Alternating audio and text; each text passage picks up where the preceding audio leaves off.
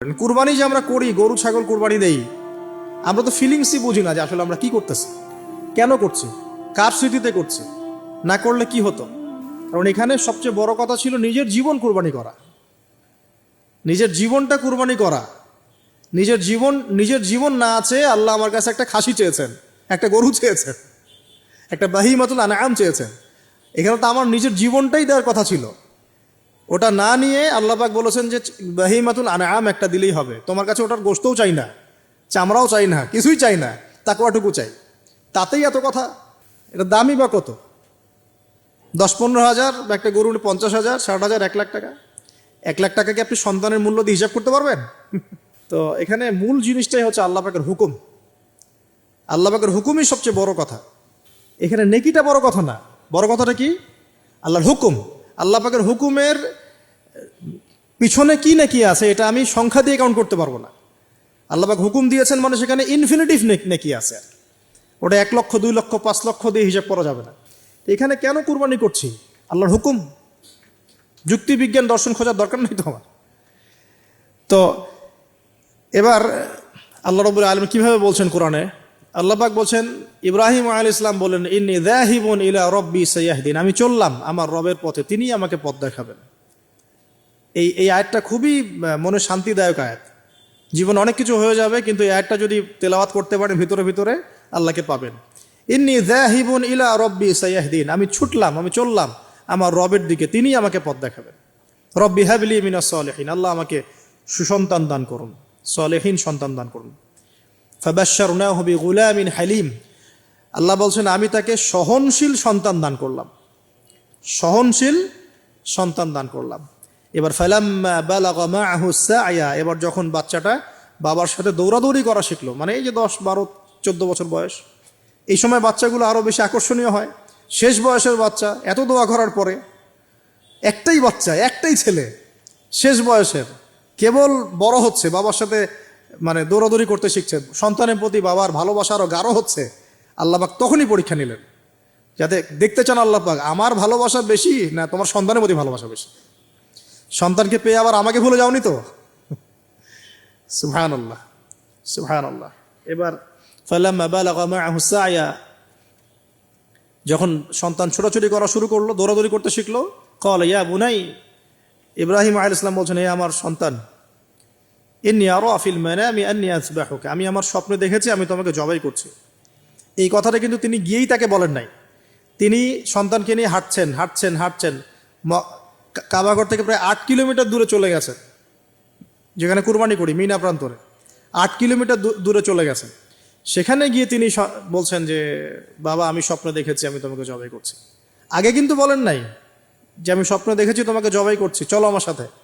জেনে ইসমাইল আলাইহিস সালাম জেনে শুনে যাননি ওখানে যে আমাকে ওখানে গিয়ে জবাই করবে আব্বা, অ্যাটেম্পট নিবে।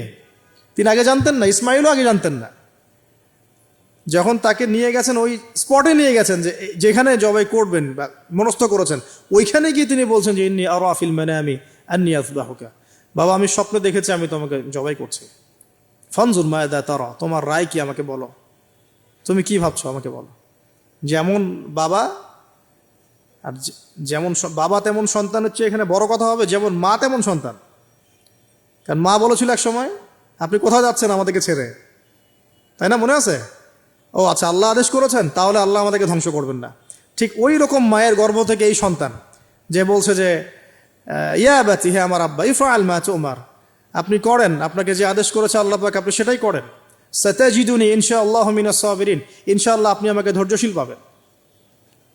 একটা ছেলে আমাকে দেখেন এই জেনারেশনের, একটা ছেলে যে এইভাবে আল্লাহর জন্য জীবন দেওয়ার জন্য প্রস্তুত আছে। দেওয়ার দরকার নেই জীবন, আল্লাহর জন্য জাস্ট 5 ওয়াক্ত নামাজটা পড়ুক, আল্লাহর জন্য 5 ওয়াক্ত নামাজ পড়ুক, ফজর সহ, ফজর এশা সহ, আল্লাহর জন্য রেগুলার তাহাজ্জুদ পড়ে। জীবন দেওয়া বহুত দূরের কথা, এটা হাইয়েস্ট লেভেল, এটা আমি বলতে চাচ্ছি না।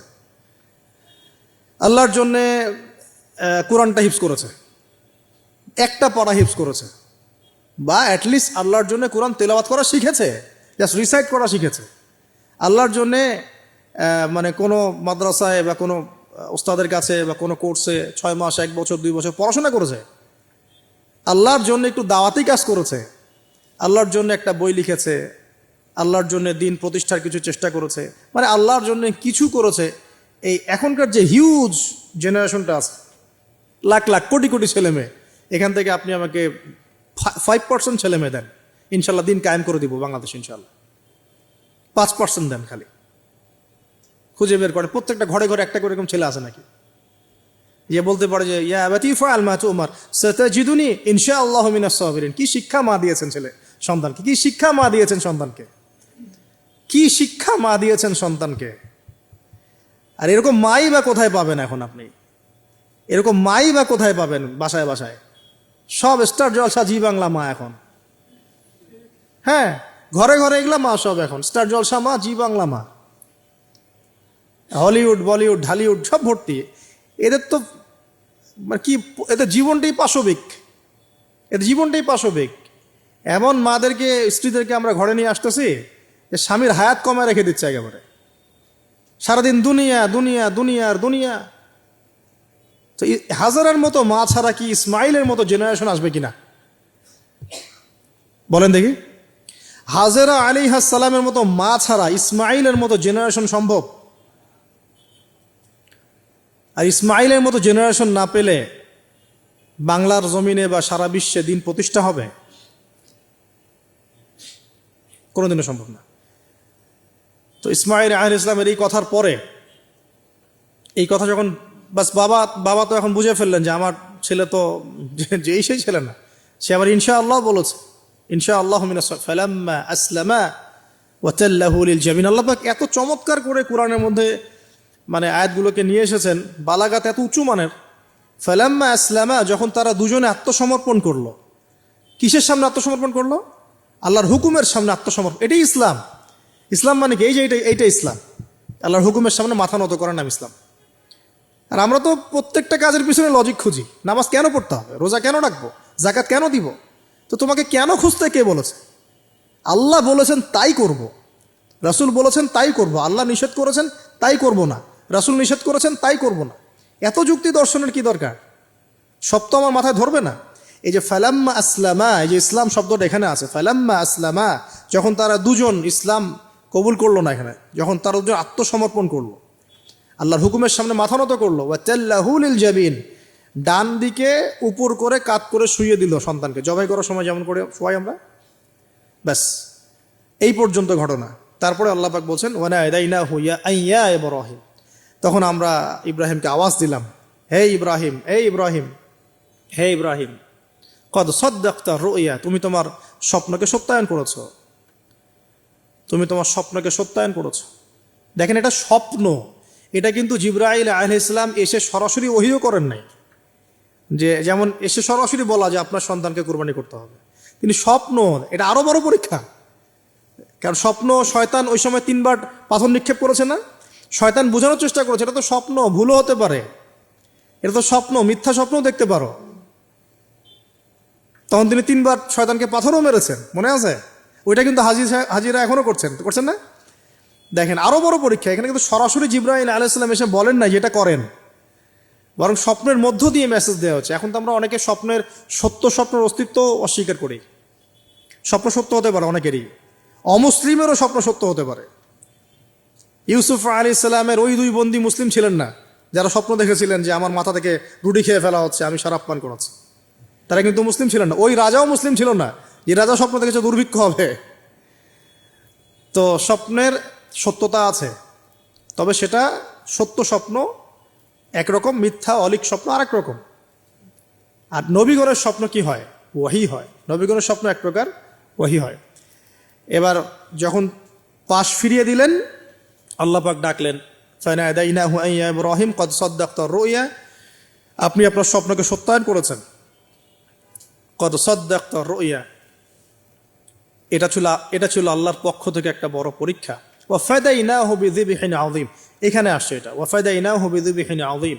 এরপর আল্লাহ পাক সেখানে একটা মহান কুরবানি দিলেন। এই যে আমাদের কুরবানির সুন্নত আসলো, ওয়া তারাকনাহু লিল আখিরিন, এবং পরবর্তীদের জন্য এই সুন্নতটাকে আমি রেখে দিলাম। সুবহানাল্লাহ, মানে কিয়ামত পর্যন্ত এখন এই সুন্নত থাকবে ইনশাআল্লাহ। কদ সাদ্দাকতা রুইয়া ইন্না কাযালিকা নাজজিল মুহসিনিন, ইয়াউল মুবিন। হ্যাঁ, وفديناه بذبح عظيم وتركناه للآخرين سلام على إبراهيم এবার শেষে আসছে ইব্রাহিম আলাইহিস সালামের প্রতি শান্তি বর্ষিত হোক সালামুন আলা ইব্রাহিম আমরা বলি সালামুন আলা ইব্রাহিম আলাইহিস সালাম এবার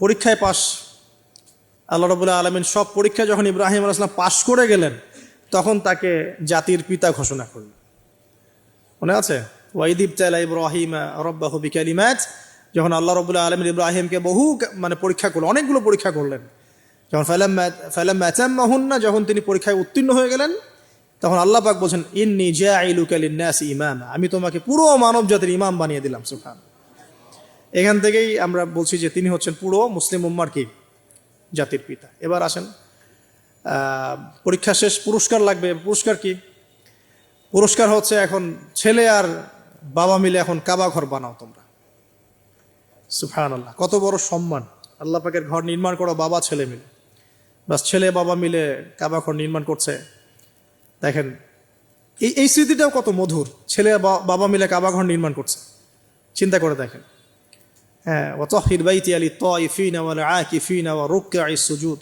আমার এই ঘরটাকে কি করো পবিত্র রাখো তাওয়াফকারীর জন্য ইতিকাফকারীর জন্য নামাজ পড়বে যারা এখনো সেটা চলছে কিন্তু এখনো চলছে এরপরে বানানো শেষ তখন দুজনে দোয়া করছেন রব্বানা